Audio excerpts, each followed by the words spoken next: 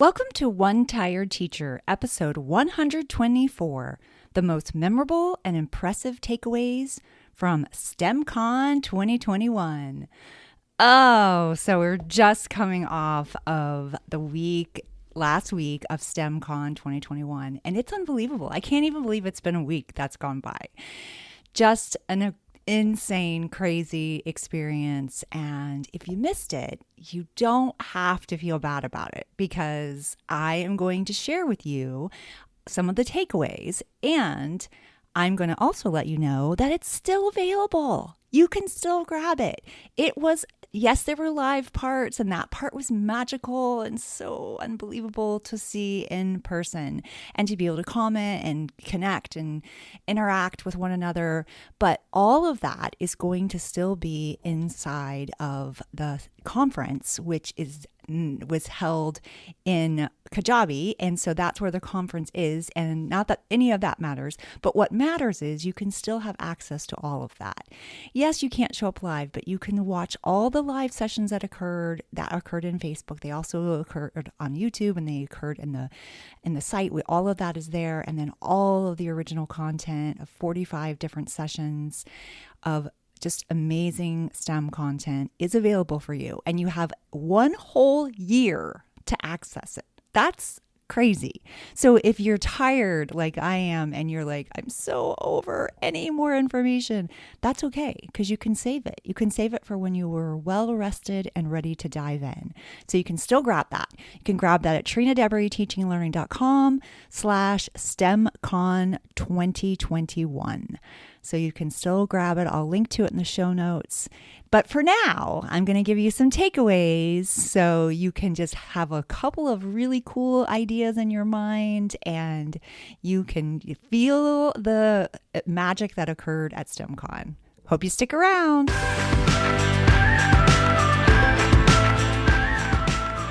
Welcome to One Tired Teacher. And even though she may need a nap, this teacher is ready to wake up and speak her truth about the trials and treasures of teaching. Here she is, wide awake. Wait, she's not asleep right now, is she? She is awake, right? Okay. From Trina Debery Teaching and Learning, your host, Trina Debery. Hey, so, okay, let's jump into some of the amazing things that happened at STEMCon. First of all, I just have to say, if you were there, I know that you had an incredible experience. I know that I did, and it really was truly amazing. So much good resources, so much good information. The thing that was really mind-blowing was how much you kind of got for free almost. It was like, I don't know if you want to say for free, but there was like, because you're obviously paying for a price of a conference. But with that came all these resources that presenters gave away and included with their session, or they included before we even started. Like before we even started STEMCon, every day there was a new prize, and it was from one of the presenters, and you got like so many good things. And it was just, I'm going to tell you actually some of them because I think it was really crazy. They were basically bonus resources. So like there's a STEM challenge paper airplanes by Teachers Are Terrific, and a distance learning bundle from musical instrument STEM challenges by Vivify STEM. And there was like a hopscotch coding dance party by Brooke Brown. I gave away Elephant and Piggy Makerspace challenge cards, which I think are so fun. There was a superhero-themed digital pixel art STEM challenge by Brittany Washburn, a basketball STEM challenge by Get Caught Engineering, Limitless Luck STEM challenges by Carrie Tracy, digital STEM activity, Cinco de Mayo, building brick challenges by Meredith Anderson, Science with Catapults by Anita Goodwin, Kite STEM challenges by Lisa Taylor. The list goes on and on. Makerspace Pack by Renee Heinrich. It's just so many unbelievable things. I also gave a reduce, reuse, and recycle makerspace moment in literature, which was great for STEM Day or STEM Day for Earth Day. And so that is really, was super exciting as well. And there was just that, all of that was given away before we even started. So I think that is completely crazy. And then on top of it, there was prizes every single day of the conference. And there were some prizes that were, really crazy, like a site license. Somebody gave away a site license for, I can't remember what that was, but it was like $6,000. It was a $6,000 prize. That's unbelievable. I think there was one winner, maybe two winners for that. It was really quite incredible. It was like $21,000 or $22,000 worth of prizes. I think that's insane. I actually gave away 3 seats to my course, Mastering Makerspace. That's going to reopen in July and will begin in the very beginning of August, hopefully right before you go back to school, so you have a good chance to get all that content in your brain and you're ready to go before you start back to school. So that was the goal. But those 3 seats, those 3 winners, they're waiting until the course starts, but they get to come for free. So that's exciting. And it was just really so much unbelievable stuff. So let's talk about some of the takeaways that occurred on day 1. And I'm actually going to read a few comments that were in the Facebook group. I'm not going to say who they were, but I'm going to read some of the things that people said so that you can kind of get a picture of what people were learning and maybe even think about if you yourself would like to participate, because like I said, you still can. So somebody said, helping students build the skills to cope with failure, the hardest thing to do, but so necessary, such a necessary life skill, which is so true. Carrie Tracy did a session on students really succeeding through learning how to fail. So it was a really good session that she came on the show and she was here. Oh, was it last week or the week before? I think it was the week before, and episode 122, I believe. And I'll link to it in the show notes because it was so good. It was so good. She's unbelievable. So someone was talking about that. People were talking about questions are often more important than answers. That was such a good part. That was from a panel that came from one of our first panels, and it was with actually it wasn't our first panel. It was just happened to be on the first day. So I take that back because it wasn't the first, but it was the afternoon, or it was the authors on, it was a live panel with authors on creativity, which was so good. It had one of my favorite, Kobe Yamada. It had Chris Van Dusen. It was also the author of TikTok Banneker's Clock. I can't say that. Author of Be a Maker. Just, so good. And it was such an important conversation about creativity. I totally am going to listen to that one again. I got to catch it live, but I really wanted to hear it again so I could let it absorb. And luckily I have access to it for a year. Somebody talked about the creativity should be about the process and not always judged. Another takeaway was I'm so ready for the weekend so I can get all of today's sessions in, that she didn't get to listen to everything. Okay, I'll skip that one. Because that happened. We started it on a Friday. I took Friday and Monday off so I could participate the whole entire time. But some people didn't get a chance to do that. So they felt a little bit behind when they jumped in on Saturday or maybe even Friday evening. And everybody, there was a few times that people talked about that, feeling a little bit overwhelmed. It was so much information. And our unbelievable host, Carrie Tracy, she talked about you control the faucet. That was one thing that she said. And it was like, oh, that's brilliant. Instead of trying to drink from a fire hose, you turn it down so that it's manageable and you can actually really absorb it and soak it in. And I kind of made the mistake of trying to drink from a fire hose. I tried to watch every single session on the first day, every single session on the second day. And I was like, wait a minute, I can't keep up, and this is too much, and it's so much information at once. And also I think it's important to remember that you are not always going to, not everything is going to be for everyone. And that's something that Carrie actually told me personally. She's like, you got to remember that not everything is for everyone. And it's, and that is true. It's important to be kind of picky when you go to conferences like that so that you can really, really digest or find the things that resonate with you and that you would like to learn more about. And I think that was really important. And you kind of just go down the sessions and decide what sounds interesting to me and what sounds like the thing that I would like to hear. And actually, I'm going to tell you some of the sessions that were available.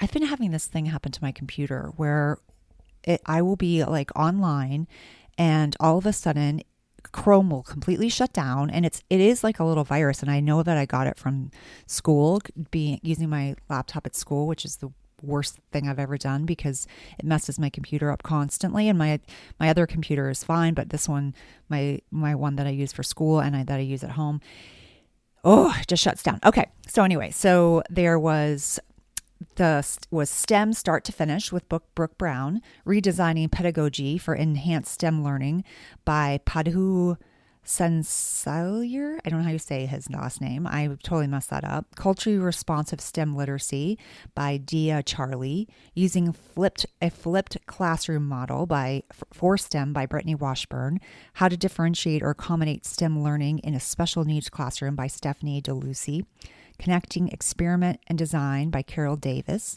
The A in STEM, Artsy or Authentic by Linda Johnson, Teaching STEM Through the Lens of Space Exploration by Vivify STEM, Builders Gonna Build by Chelsea Odgers, I Want to Teach Coding, But Where Do I Begin by Carrie Willis, If You Want Successful Students, Let Them Fail by Carrie Tracy, Cross-Curricular STEM that hits all the students. This was in 2 parts. This was by Dr. Jen Vennerhoven. Oh, that was so good. So good. They all were so good, but that was so, so good. I love her. She was on the podcast. I'll link to her episode as well because she's just amazing. But that was the first day. That was only in the first day. So there's so many more things. All right, let's see if some more takeaways. I've been teaching inventor education, and I didn't even realize it. Some people were like, oh my gosh, this is inventor education. I didn't even know it. I love when you realize that the thing that you're doing is something that's like good, best practice. And you're like, oh yeah, I've been doing that all along. I think that's so cool. This person was like going on about the panel. The panels went over really well. Someone said the best and most memorable lesson from students' perspective is to guide, not lead a lesson, which is so hard for me since I have a mental script of what I want covered.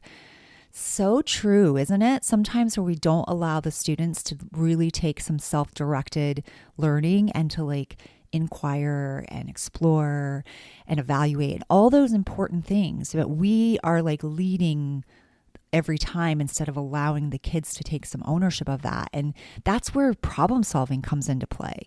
And I really think this is so important. I know that you know that I'm a media specialist this year and that my main background is in second grade, first grade and second grade. And those are really my grades, even though it's so interesting because I am in love with fourth and fifth grade.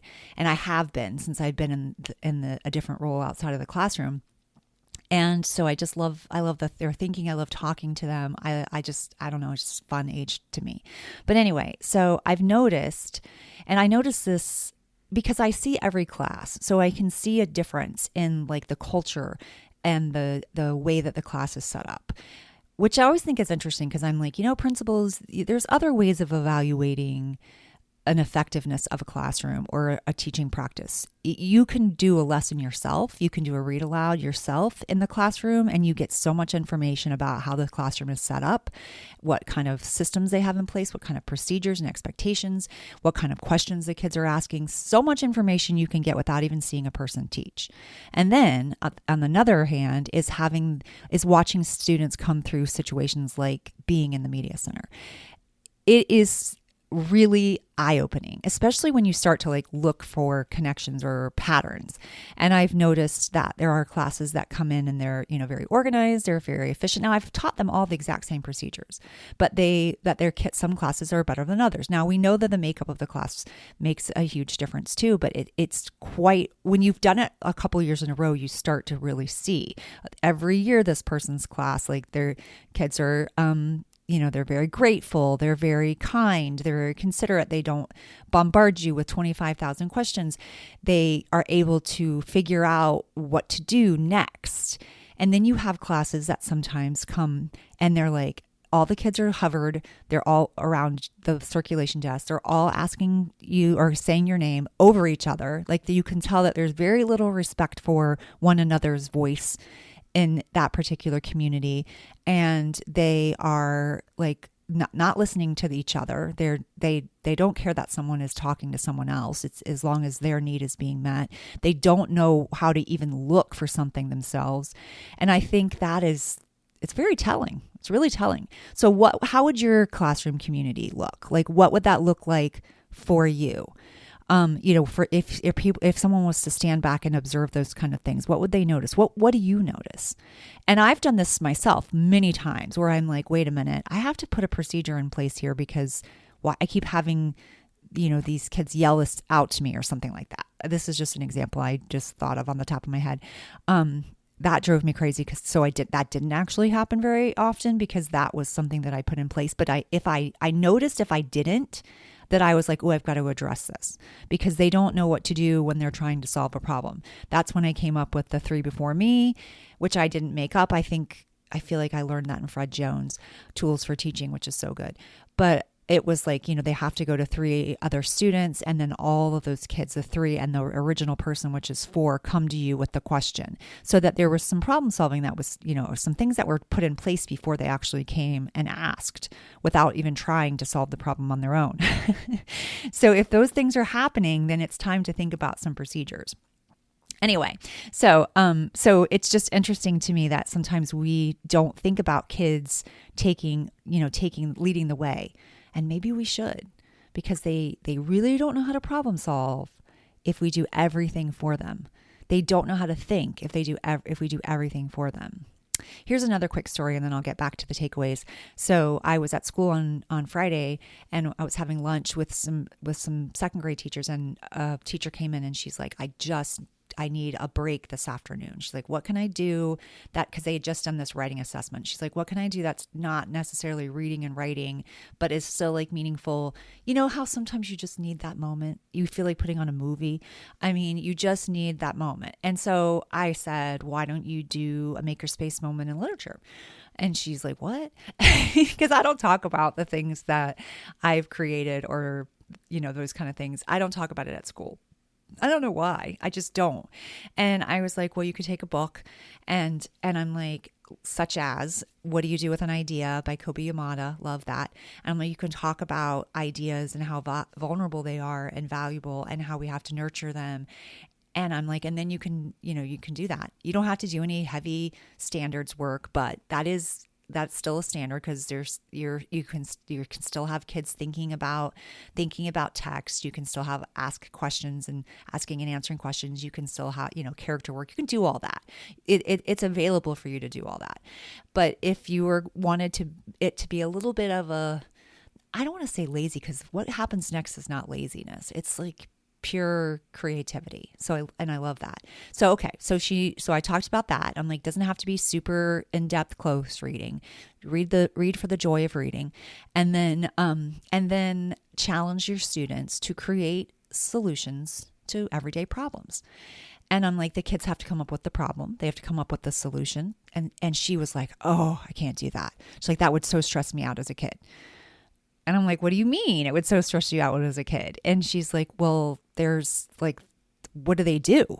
And I'm like, well, they have to come up with the problem. They have to come up with the solution. I'm like, you're not giving them any guidance. You're going to give them maybe some criteria. And I'm like, you use cardboard and some tape. That's the only supplies you're going to provide, and some scissors. And you might even do a time constraint where you say you have to do this within a certain amount of time. And I'm like, there may be some other things you add to it to make it more difficult, or it's already kind of difficult because they have to think. They actually have to think. They have to come up with problems. I'm like, you can do this as a team. You can do this individually.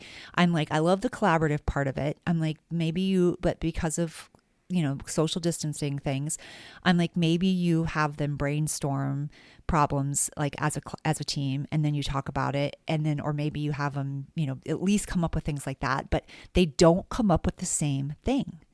That's the key. You don't want them to. I'm like, you're going to be really surprised what they can actually do.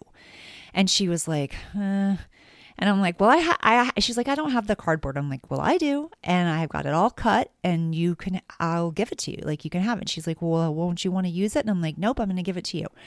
And so she's like, okay. So she totally did it. And they came up with some amazing creations.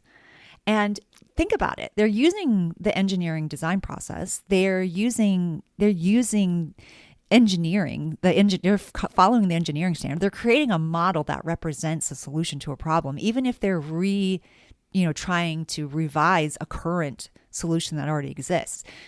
It was so magical. Like, I walked in and every student had their creation and they were able to talk about it and what problem it solves.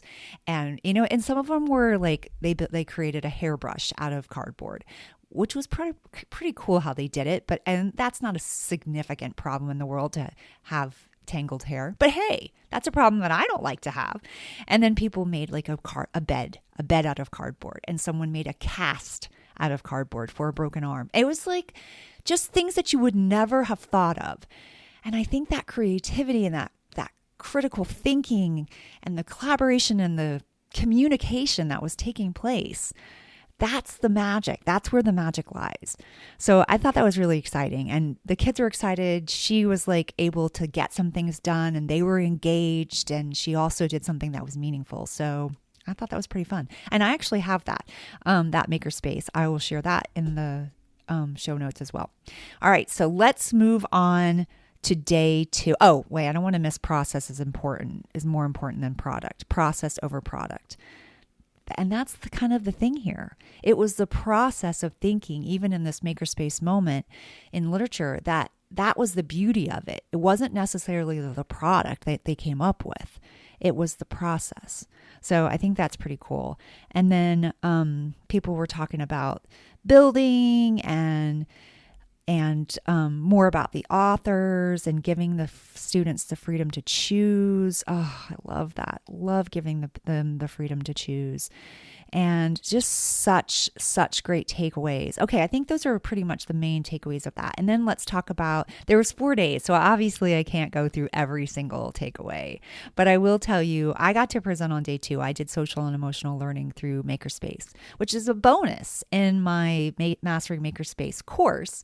Just FYI, it's a little bit different than it was at STEMCon because it's 2 different sessions, but the gist of it's still the same and how important this is to use for a social and emotional aspect. And like somebody asked in the STEMCon group, they asked what they could do to focus on. I think that was the question. I ended up talking about using Can I Play Too, which is in my Makerspace, Piggy and Gerald Makerspace challenge cards, which they got for free. And I'm like, why don't you use one of those challenge cards and you can use Can I Play Too? And they're creating a solution for one of the characters who doesn't have any arms. And so it's a great lesson on empathy and really thinking about other people's perspectives and coming up with solutions that would help somebody that might have a handicap and help them to be able to be included. So that was one of the things that and someone seemed really excited about that. So I was excited to share that. That's the thing that I love at these kind of things, at these kind of conferences, is that you've got people that are open and willing to try these new innovative things, or they're willing to try something different because they're so excited about what they're learning. And I think that's really cool. All right, so let's move on to day 2. So day 2 was full of more really excellent things, like how to spot imposter STEM, which I thought that was really cool. That was by Meredith Anderson. And after the build, like when to go deeper with your learning. And then, is the scientific method dead? I loved that one by Dr. Jan van der Hoeven again. Carrie Tracy did the after the build, and Meredith Anderson did the how to spot imposter STEM. But I really liked what Yen talked about with these meta thinking maps that she has created, which are so good. You need to check that out at Q Learning. So those are really cool. Then we had Chelsea I think it's Odgers. I'm not sure how you say that. The art of making. And then there's mine, social emotional learning, augmented reality. So many good ones here on day 2. I'm not going to keep reading all of them, but and I went to a robotics one that Brooke Brown did. Just really, really good stuff, which Brooke was on the show as well. So you can check that episode out. But really, really, I loved it. I really enjoyed day 2 a lot. I thought day 2 was really fun. Now I'm trying to find where I put the takeaways. Okay. So some takeaways from day 2 included, maybe I don't have takeaways from day 2. Maybe I only have takeaways from day 1, which I don't. I have takeaways from day 2 as well. But sometimes when you're in a group, it's hard to find. You're searching. There it is. Searching for that. Okay. So somebody says lots of great stuff was shared today. So many things stand out, but I want to give a shout out. Hey, this one's to me. I want to give a shout out to Trina Debris for the wonderful session on SEL with Makerspace, learning the importance of kiddos needing to begin their mornings with a soft start. Was an aha moment for me today. Thank you. Hey, I didn't even mean to read that one. That's just literally the one that I popped onto. And I thought that's really cool. I did talk about a soft start, and I've talked about that on the podcast before about allowing your students to have some choice in the morning and kind of acclimate to the day with things like building bricks and, maybe a center of building bricks. Maybe another area they could go is to read a book. And another thing that they could start with is a Makerspace challenge, or they could choose to do some math facts, or they could do a spelling app or something like that. So they kind of have a choice, and they're kind of again, acclimating to the day. I think that's really important. I do talk more about that in the session, and I think I have an episode on that too, because I learned that from another teacher from I don't remember where she was from, but it was really an aha moment for me as well. Let's see. Giving kids the necessary time to reflect. So important. So important. Somebody talked about start early to STEM, fuel creativity, explore opportunities, highlighting STEM in everyday objects, acknowledging innovation. Oh, I love that. Oh, failure is just data. Emotion-free mistake making. It's just data. So it's just telling us what we need to do next. It's okay, it didn't work this way. What do I do now? So I love that. Oh, accommodations for learning and differences without removing the challenges that provide spark and growth. Anticipating pitfalls while planning so I can honor all kids without singling anyone out. Yeah, that was a really good one on accommodations and the difference between accommodations and modifications. I learned a lot on that one. I can't remember if that was in day 1 or day 2, but it was really good. So these are the takeaways of day 2, and that's only halfway through the conference. There's just so much good stuff that I don't even know if I should keep going, because we're at 27 minutes in the podcast, which is kind of a long time to just be talking about the takeaways. So I think that I'm going to stop. I think, let's see. Maybe I'll just share a few more of the takeaways I'm not going to tell you the sessions that were in day 3 and day 4, because it just takes a long time to read those out to you. But let me tell you about some takeaways from day 3. If I can, now I just lost my spot again. Oh my goodness gracious. Technology, which I love, but sometimes, sometimes it just makes you crazy. All right, let's talk about day 3. So some takeaways from day 3. Now, some people were catching up. So some of these takeaways might be referring to sessions that happened in day 1 or day 2. But this person said they are totally inspired by the green screen. I am not writing a lesson for, or maybe she is, for a project-based learning unit of outer space where my kinders will use that green screen video to explain the facts they learned about space. I think she meant she is, not that she's not. But there were several episodes on green screen by Anita Goodwin, who was also on the show, and those were really cool. Someone said they love the green screen projects. Some said not all STEM is equal. Honest, for me, it was accommodations are not favors. Oh, they were talking about that session again with the accommodations and modifications. So good. This person has a learning disability. So do I. And they were so frustrated in school because my peers would make fun of me or bully me because I had accommodations to help me be successful. Oh man. Well, I guess I showed them. You totally did show them. And when we can't allow that to happen. We've got to stop that as teachers. That's a really important thing that we need to pay attention to. We're just leveling the playing field when we're modifying or we're providing accommodations, and we have to provide accommodations by law on people's IEP. And I think that that's really important. And we have to remember that it's not all equal. Not everything is equal. Being fair is just giving people the things that they need to kind of level the playing field. So I think that is really important. I'm sad to have to read that and to think about people, dealing with those kind of things. And I think as teachers, that's something important that we have to stop if we can. We need to stop it. Someone said, how do they choose? Their eyes are constantly being opened. People love the live sessions again. So much about the green screen, and was that their students were always learning, and like we were always wanting them to test. Oh, so many good things. Lots of good takeaways for day 3, and one more day, which was day 4, and that was the last day, even though we do have a final giveaway on Sunday. So, which actually by the time this comes out will have been yesterday. So you will miss that if you have not joined, but you can still join. You can still get all this goodness. You can still get all this magic by going to trinadeveryteachingandlearning.com/STEMCon 2021, and you can see for yourself how unbelievable it is. All right. So I think I'm going to stop with the takeaways. So I think that's what I'm going to share about STEMCon. I love it. I think it's fun. I'm so proud to be a part of it. Just it really is an incredible experience. And you do take away, you take away so much information, and you have things to use literally the very next day. So I think that is important. And also it's a great thing to be ready for next year. STEM education, it's kind of our gateway. It's kind of our rebellious gateway. It's like pushing back on some of these current systems. And it's celebrating thinking and learning. And that's what I'm all about.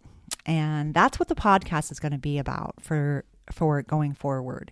There's going to be more of a focus on, and it's specifically, I'm going to be specifically talking to elementary teachers and mainly first grade and second grade teachers, because that's where my passion really lies. I'll still talk about some media specialist kind of things. Technology is one of my favorites. Makerspace is important, and ELA, love that, science, all those kind of things. But I feel like I need to really focus in on the people that want to hear from me, that want to learn more and want to grow together. And if that's you, I'd really love to hear from you. I'd love for you to leave a comment. It's been a long time since someone has left a comment or even a review. Hop in there and give me some love. I need to know that this makes a difference for you, or that it's important to you. I need some words of affirmation. Okay. So I hope that you feel like you got to hear some of the best things about STEMCon, and that you don't have too much FOMO. And if you were not there and you want to be, you still can be. And if you don't and you want to skip it for this year, that's okay too. You just go on and do what you need to do. This one tired teacher is ready for a long, long nap. Until next time, sweet dreams and sleep tight.